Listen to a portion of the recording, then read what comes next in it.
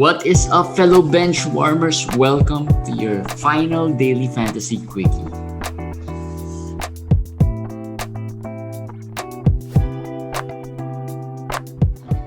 Hey guys, what's up? It's the final quickie for the season, for the year.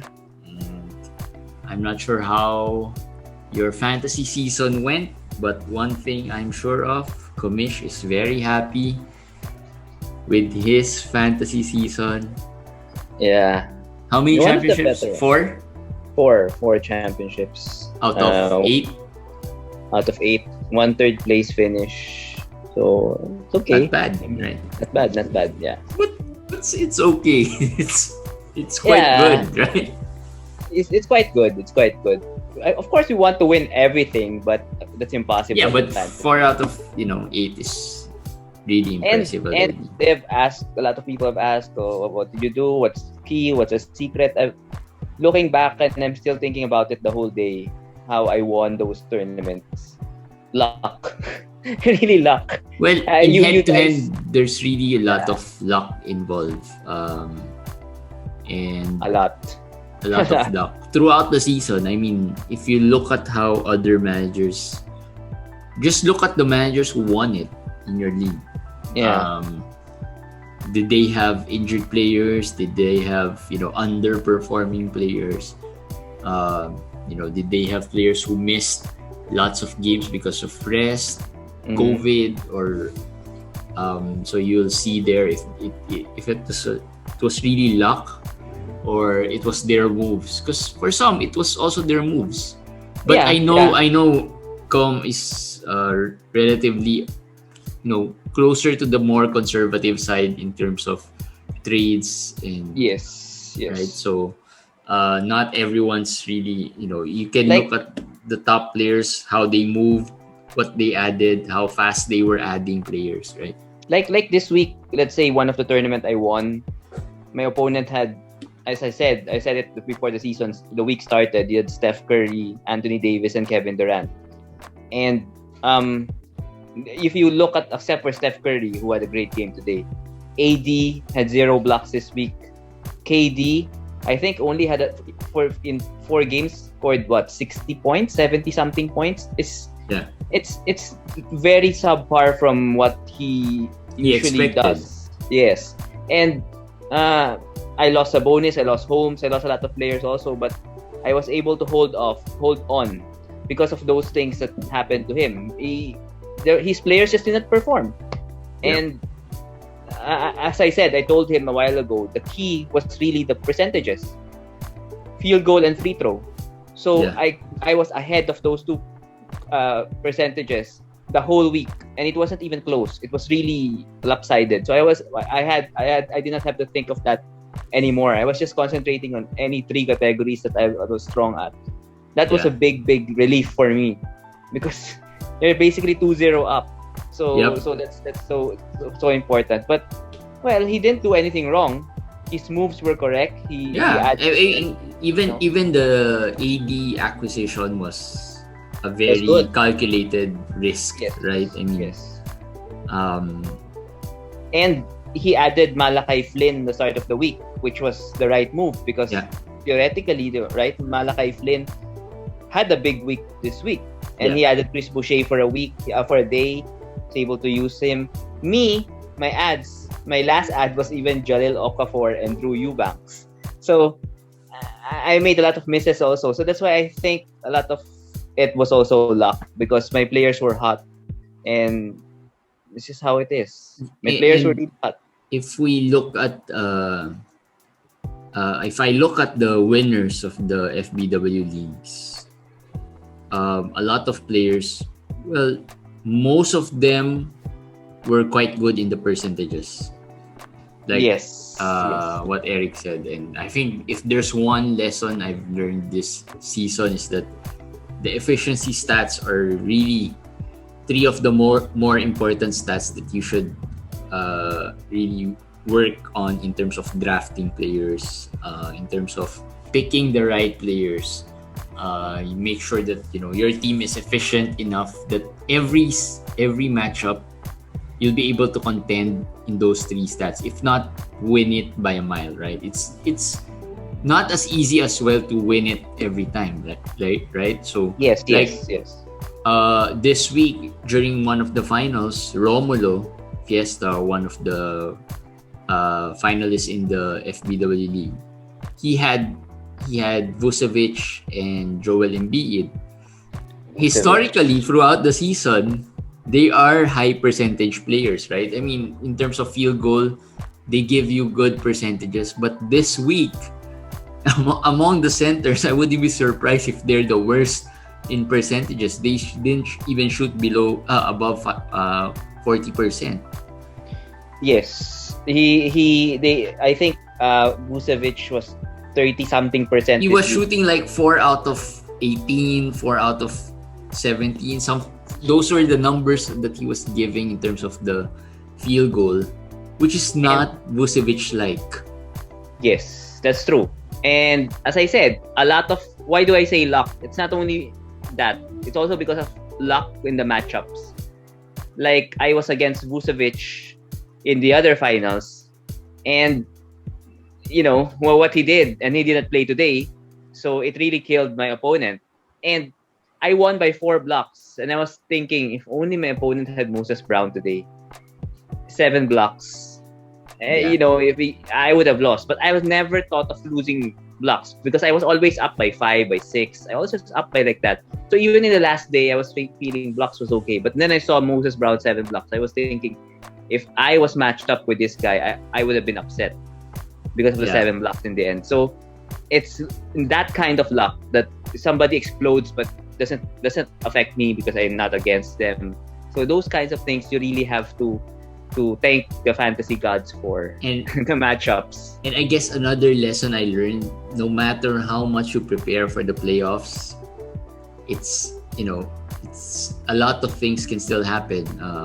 Romulo prepared for the playoffs, really prepared for the playoffs, and he prepared well. If you look at the lineup, it's a strong lineup, but still, it wasn't enough. Here is my thing. I never prepare for the playoffs because I have a different mindset during the playoffs. And my mindset in the playoffs is, actually, my mindset is just get to the playoffs. Get the bye. That's always my mindset. And when you're in the playoffs, it doesn't matter if you have a star or not. Like Najee Marshall, if you had Najee Marshall this week, it would have been better than Kevin Durant. No exaggeration. Definitely better than Anthony Davis, but probably at par or better than Kevin Durant. Yeah. And who is Najee Marshall? Who is Najee Marshall? There's nobody. You could have picked him. I picked him up at the last day. There are a lot of nobodies who would have won. Yes. Probably won you your playoff matchups, right? Yes. Najee Swan. There are a lot. The Houston guys were some of the players there. The Houston guys were the ones who carried me the early part of the week. I had Jason Tate, which I picked up before the week. I had Kyrie Thomas, which I picked up in the semifinals week, and I had KJ Martin, which I picked up when Christian Wood got injured. That was in the quarterfinals when I had a bye. So those 3 players really helped me this week. They're in other words, my winning moves basically were those 3 players in that league. In the other league, I think I was just really, really concentrating on 5 categories. I was able to get it. So not because that league only has 3 moves, so I was not able to. So you won't really have you won't do much really on that league. Yes.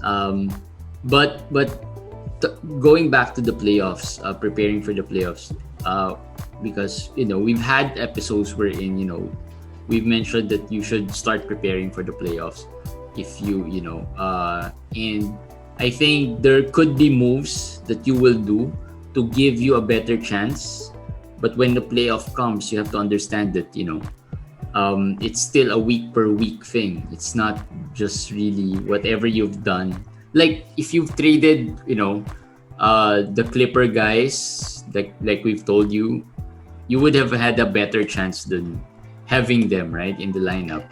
That part of the preparation is key. You prepare in a sense that you add more games. Yes, just Add to more give games. yourself a good chance. Yes. And A then better chance, right? when it's playoff time and then the stars are resting, then you have to be versatile and flexible and then move right away. Yeah. Drop the stars, don't mind them. I was telling you, if Bradley Beal was injured with hamstring, drop him. If he comes back for the last 2 games, I don't care. He came back today. Yeah, but as For long the as last those game. two games that he did not play, I have somebody who will play 4 games instead of his 2 games. So that is allowing you to prepare, allowing you to plan, allowing you to strategize. So that part of the preparation is key. Having as much games as possible, and you can do that. You can stockpile on players who have 4 or 5 games. Yeah. Yes, that's okay. But when it comes to the playoff, what I do all the time, and this is a key in this year's head-to-head playoffs, I was very lucky. I lost once only, and I only all the time. I always look at it 1 day at a time. Yep. And then that's another lesson I've learned this season. I try to make it actually not 1 day. I try to make it 2 days at a time. I look at the schedule not every week, not for the whole week. I look at it Monday, Tuesday. Yeah. And and I have a target in mind. I look at the opponent. If I see my opponent is weak or I can easily beat them, I have to beat this guy early on, as in 6-3, 7-2. I have to do that in the first 2 days. So if I see like the first 2 days I'm kinda lacking in players, I would add already. But if my opponent is strong, really strong, my target is not to get 7-2 or 8-1. My target is just to keep close. Just to keep close, just to get by until the end. So 2 days, and then the last 3 days. That's what I do. 2 days, and then the last 3 days. Yeah. That's what you should do. Don't look at the whole week, because after 2 days, you're fighting for 3 points. The middle days, your 3 points, suddenly you're far off, and then you're now fighting for assists. And then that happens a lot. That happens a lot. Yes.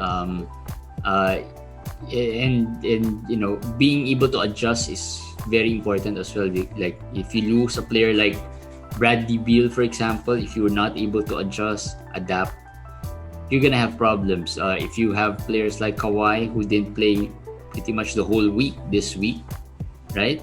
Yes, and a lot of people are also. He is one of the players that, you know, could have probably got you to the playoffs, because he is a top 6, right? You picked him up late in the first round, but gave you high first round value, and then you picked another one, right? You picked a better second round player, but he has been useless this week.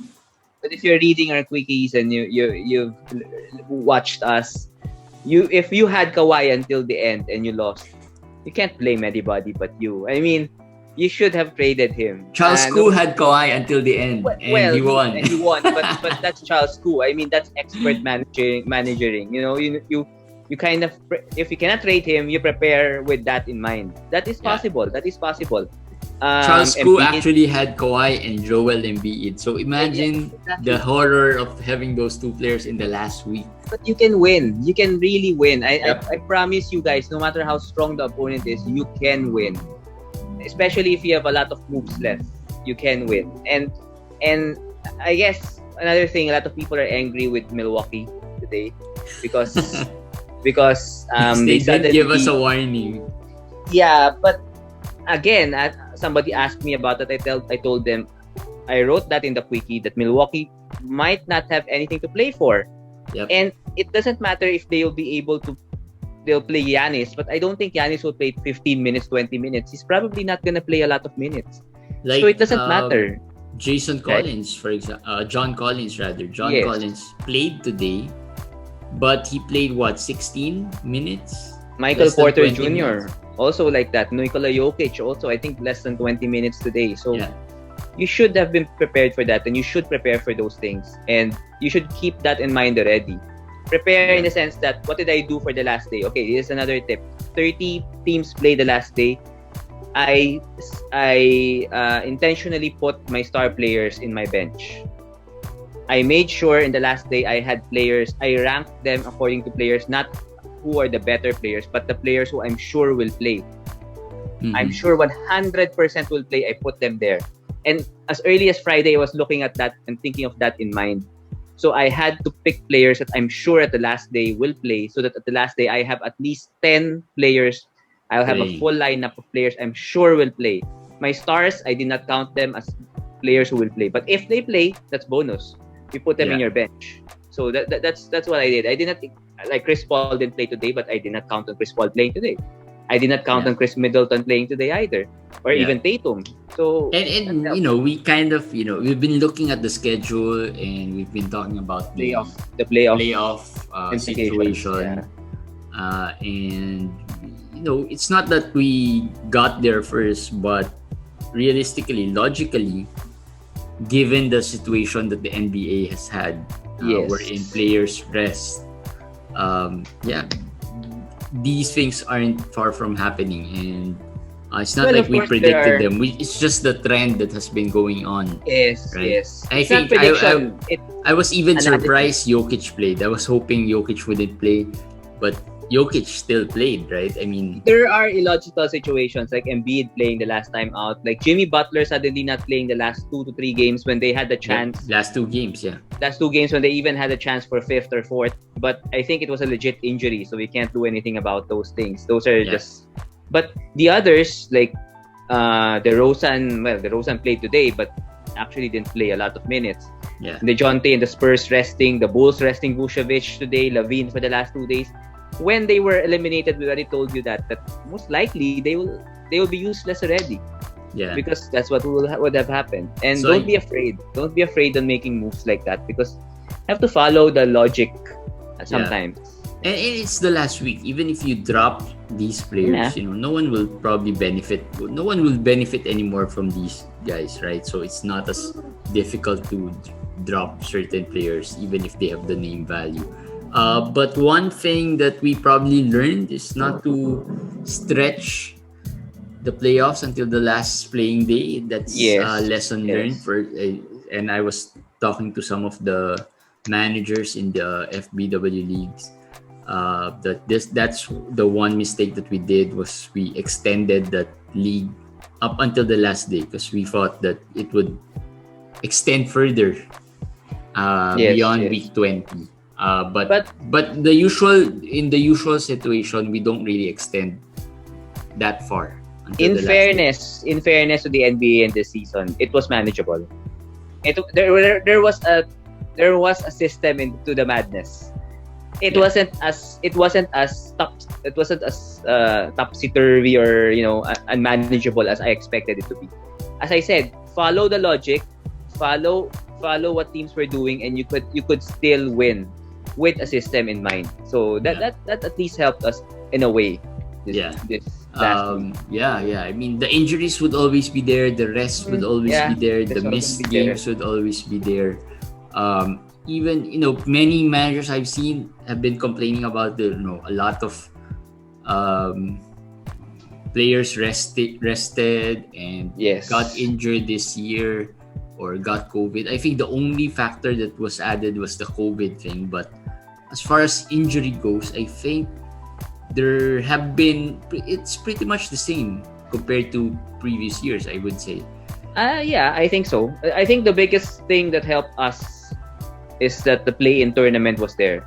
So in a way, it added another layer to people. There were more teams that could not rest their players. Without the play-in tournament, I don't know, Westbrook and Bradley Beal and the others might could have rested a few games, right? LeBron and Anthony Davis, it wouldn't have mattered for them if they're 7th or 6th. Yeah. Right? I mean, it's the same thing. We don't have home court advantage, but now it's different.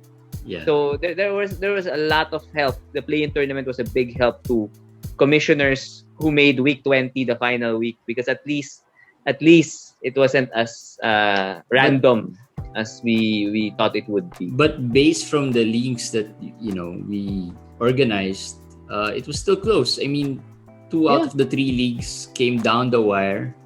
The last one was kind of close. It wasn't too lopsided. I think it was just decided earlier than compared to the other 2 leagues, right? But it wasn't as lopsided as the as we compared it to the others, right? Just to give the shout out to the managers who won this season for the FBW leagues. In our Benchwarmer league, so we had 2 no buy-in leagues, still competitive, even if there were no buy-ins. In the Benchwarmer league, the first no buy-in league, it's Rhondel Brigino who won the league. His team name was Clamp God. Romulo Fiesta, one of the very active managers in the league, got second, and Kervin Rabancos was third place in that league. And then their second no buy-in league is the 6-man league, and Charles Koo won the league, and Gian got second. He was the lowest seed among all the FBW leagues that got into the finals. He got second, and the third, I couldn't find the name of the third. It was like a code name in the Facebook, so I probably won't mention him anyway. And the third league we had was the Superstars League. Naveen Ganglani of Rappler won the league, and we were talking a while ago, and he said that I won his league because I won the other league that he organized, and he won our league. the league that we organized. Yes, so it's just a change in just a switch in winners, right? Lorenzo Del Rio also got second place. It was a very close. And interestingly enough, of all these in all these FBW leagues, there were no upsets. Rhondel was number 1 from this beginning. Romulo was number 2. Naveen was number 1 at the end of the eliminations. Lorenzo was number 2. Charles Koo was, I think, number 2 at the end of the eliminations. And Gian was 6th. He was the only one who upset the higher seed. But really, and unlike the things we saw from the other leagues wherein the top seeds have been upset, in our leagues, they were able to hold on. And like I said, good drafting. If you look at their team, it was really good drafting, and the percentages, the efficiency.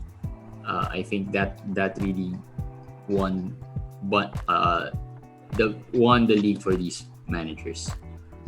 So there, FBW League. Thank you guys for joining. Shout out to everyone as well who joined. We've got great feedback from those who joined. So like we said, we'll organize a lot more next year, and include some Roto leagues as well, because there have been some followers who've been asking. We're happy with that. We're happy with our Roto. We won the Roto. In case you are wondering, or I know you don't really care much, but yeah, we won. Well, it wasn't as nail biting as I thought it would be. We won with some time to spare. Yeah. I mean, I was worried about the turnovers, but it didn't really matter as much because of we were able to chase the assist and the rebounds. In the rebounds, thanks to Lillard and Nurkic, who played until the end. And probably they were the star players of our playoffs. I mean, of the last week, because they've been really solid over the last week. Yes. Yeah, so we won that Roto League. Hopefully next year we'll be able to join again and win another one. But we'll create Roto Leagues here. What else? And of course, we'd like to thank everyone who followed the Quickie religiously every day. Of course, without you guys, we won't be here. We were very happy that it was able to help you win your leagues. We've got messages and comments about them, about the Quickies being able to help them. So we hope that we'll still do the Quickies next season for sure. In the off season, I think Jeremy and I would try to make videos here and there about some topics in fantasy. There's lots of things to do in the off season. Yeah. So we'll have It's time just to not discuss. going to be a daily thing. Daily thing, Yeah. yes. It Just could not a be daily once in a while thing, a weekly thing, or maybe twice or thrice a week thing. So we have some plans as well on fantasy related content. But having said that, we'll also do the playoff content like we used to do, like we did last year. So yeah, there. If you like and if you love the podcast, and please subscribe, please follow us still, um, or share us to your friends now since the fantasy season is over. You can now share us to your friends. We've gotten messages about them not really sharing us there, but we understand how it goes. But if you can give us a review on Facebook or even in Apple Podcasts, we'd appreciate that. Please give us a review on our Facebook page and answer the FBW League survey. Those are just some reminders for those listening still. And next season starts now. I'm sure most of you want to savor the championship. Most of you are still mourning your close losses or whatever. But to be honest, give them a break. No, after I won today, I've already been thinking about next season. I'm thinking about the players. I've been researching. Commish is so hyped up because he just won 4 leagues. No. Even if I lose, as long as it's the end of this fantasy regular season or whatever, I always prepare for next season already. Because you have to think about the players already. You put it down. Players, this player, I'm gonna. Because if not, I tell you, when it comes to draft time, you'll forget all about this. I promise you that. You'll forget what happened. Who's this guy the again? Playoffs, actually. Another thing to watch are the playoffs. There have been... Although those that have emerged during the playoffs did not really play well here. True. I mean, not... Look at Donovan Mitchell, look at Jamal Murray. They haven't been... Tyler Hero. TJ Warren didn't even play he played 2 games, right? So it's actually, not guarantee, but I've never looked at the playoffs as a good gauge for it's different. Regular season and playoffs are different. It's just so different. So you don't. That's why I but in fairness to players like Donovan and Jamal Murray, I think they played relatively well before they got injured. They didn't start off as hot as they ended last season, but they eventually caught up. The performance eventually caught up. Donovan Mitchell, for one, was solid throughout the year, I think. I think so. I think it was normal Donovan. It was his the usual Donovan Mitchell. Donovan. I mean, they didn't really disappoint. I think if there's players who disappoint, it's more of TJ Warren, who was injured. He was hot during last season's bubble. I guess what was disappointing was they didn't take the next step. That players like Julius Randle, Zion Williamson, this guy took the next step. Domantas Sabonis, this guy took the next step. Guys, but the playoff heroes, they were still what they were. I mean, Tyler Hero was probably one of the bigger disappointments this season, I think. So yeah, I mean, for me, playoffs not really a good gauge. It's not a good gauge. For one, players that go deep into the playoffs are more tired. They're more injury prone because they've exerted more of their muscles and the usage of their body. So I'm really wary of players like that. So the problem, as I said, is that the last memory you'll have of the NBA is when draft season comes is the playoffs. That's why I tell you, next season starts now, in the sense that write down the players right now. At this moment, it's still fresh in your mind. It's like preparing for exam, but but it's really like that. It's fresh from your mind. So just write down everything you can think of. Like, okay, this guy. These are the guys I feel next season will be hot. So this will be the guys you will have in your mind. It will help. It will also be interesting on how you rank these players as well. Yeah. I mean, even if Yahoo throws out a ranking, we have our own rankings, right? Not just fantasy Benchwarmers, but your personal ranking of these players, right? how you Follow see, your own ranking. yeah, follow your own rankings, how you see these players, how you feel their situation is going forward. So Because like Yahoo has Mikal Bridges in the top 15 at the end of the season. did you For feel total. that top 15? That's my question to you guys. It's up to you if you what you think of that. I mean, he did play 71 games this year, and it's a totals ranking. So he did have more stats because he played more games. But of course, as I said, the 10th category is availability. So I don't know how you take that, but I'm saying follow your gut. If you think Mikal Bridges is not worth a top 20, top 30, top 40, top 50 pick, follow your gut. Yeah, Right? we'll talk more about that in the succeeding episodes of our podcast. But yeah, pretty much that's it for the season. And like I said, that's a wrap for this season. This season's Quickie.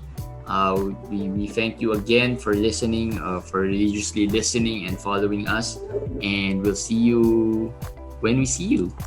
I'm not sure when, but yeah, we'll take a little break, I guess, and plan for the next few episodes. But yeah, we'll see you when we see you. Bye, guys. Bye.